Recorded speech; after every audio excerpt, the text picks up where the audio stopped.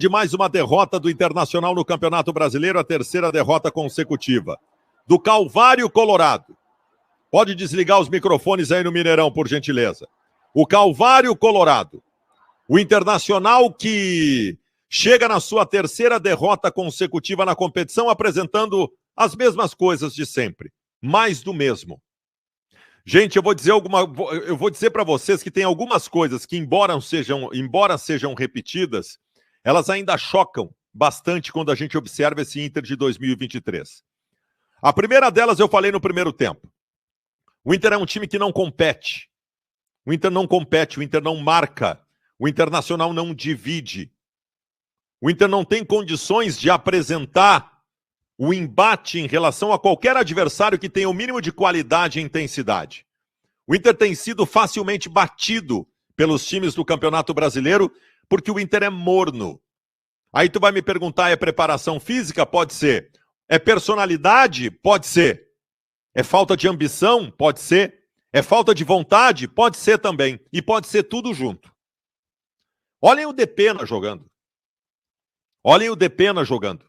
O Depena passa uma imagem pra gente que ele começa a partida e ele tá olhando no relógio para que termine o jogo de uma vez para ele ir embora para casa. Joga com nojo.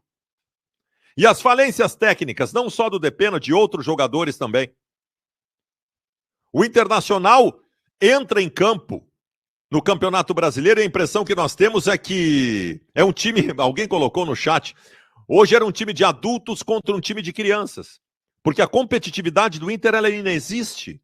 E é o mínimo que a gente espera. Às vezes tu perde um jogo no detalhe, às vezes tu perde o jogo porque o adversário é melhor. Às vezes tu pode perder um jogo por vários motivos. Mas a gente não aceita que o nosso time não seja competitivo no jogo, que não ganhe uma dividida. O Inter está sempre um passo atrás do que todo mundo. O Inter está sempre um passo atrás na dividida, está um passo atrás quando o adversário sai no contra-ataque, está um passo atrás quando está no ataque e o zagueiro chega na frente. Então essa é a primeira consideração que eu quero fazer. E isso é gravíssimo, porque isso é a base de tudo. A base de tudo é tu ser competitivo. Tu pode ter um time ruim. Tu pode ter um time ruim. Eu já vi times ruins serem competitivos. Eu já vi times do Internacional piores que esse time do Inter, mas que eram competitivos. E alguma coisa conseguiam. Então a gente tem que entender se é só o preparo físico mesmo, porque agora foi demitido o preparador, parece que vem um outro que é bom e se isso vai se resolver. Agora, não é só isso, né? O time do Inter é uma bagunça dentro de campo. Vocês viram o segundo gol do Galo? Os zagueiros do Inter batendo cabeça com a bola circulando pelo alto.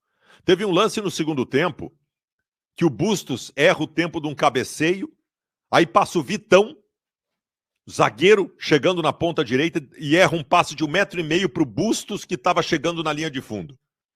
O Mano Menezes no segundo tempo estava colocando o Luca no lugar do Bustos.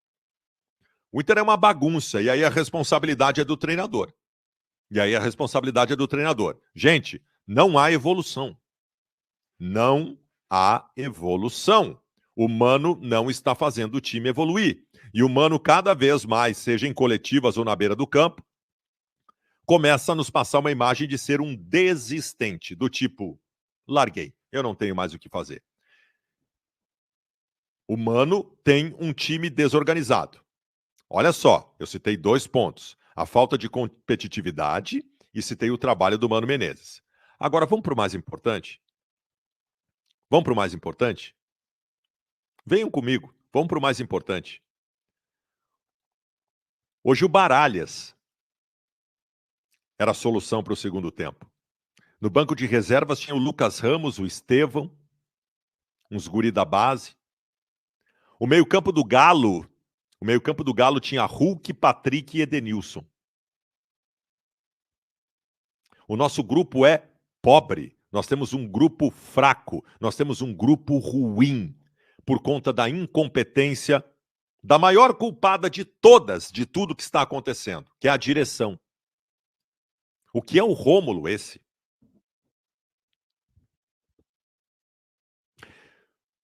O Gabriel se machucou em outubro do ano passado. E eu quero que vocês me digam quais foram as soluções do Inter, já que não contratou um primeiro volante de qualidade e teve 8 meses para isso.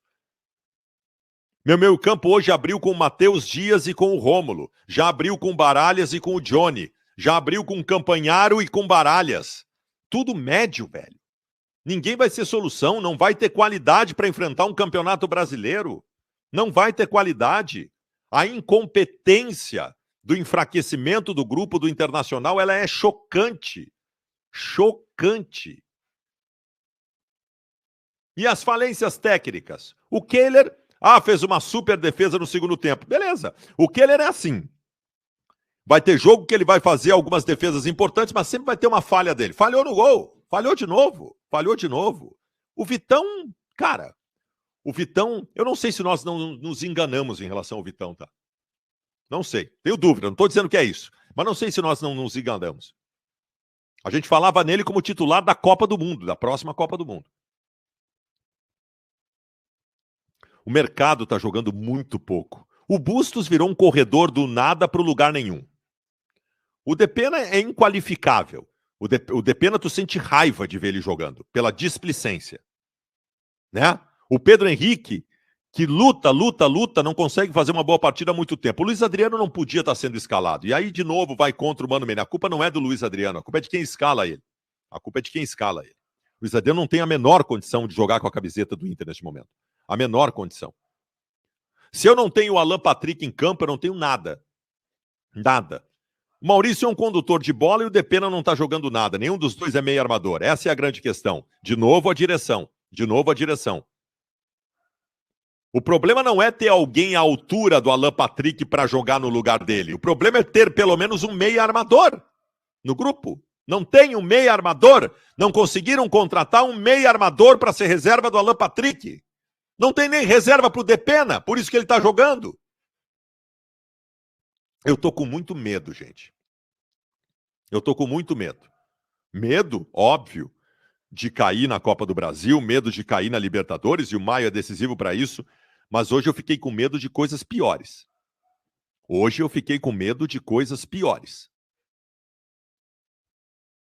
Esse tipo de envolvimento com o jogo, esse tipo de embate que o Inter tem capacidade ou não tem capacidade de fazer, essa competitividade, esse time morno, amorfo e sem poder de indignação e fisicamente combalido, frágil fisicamente, eu tenho medo de coisa pior no Campeonato Brasileiro e vocês sabem muito bem do que eu estou falando. Vocês sabem muito bem do que eu estou falando. Esse Campeonato Brasileiro é perigoso. Ele é bem perigoso. Hoje, devem acender todas as luzes de alerta. O Inter fez um movimento de modificação, tardio, como sempre, porque essa direção ela não admite erros. O Inter está trocando o preparador físico 3 meses depois que deveria ter trocado. Mas o que mais precisa fazer? Contratar agora não dá. Mas vem o Valência, o Arangues e não sei mais. Vem quando? Jogam quando? Gabriel volta quando? Até lá, o que vai ser o meu ano? O que adianta aparecer o Valência no Inter e eu estar fora da Copa do Brasil, da Libertadores e estar em 15º no Brasileiro? O Valência vai ser o salvador da pátria?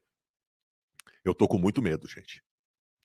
E em relação ao Mano Menezes, que é o principal assunto, eu não consigo vislumbrar agora no Mano uma possibilidade de ele ainda poder tirar alguma coisa desse time.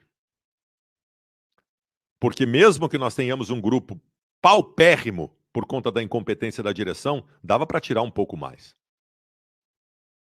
E eu não vejo no Mano, quando ouço o Mano falando em coletiva e nas ações que o Mano faz durante a partida, eu não tenho visto no Mano possibilidade de desenvolver alguma coisa diferente.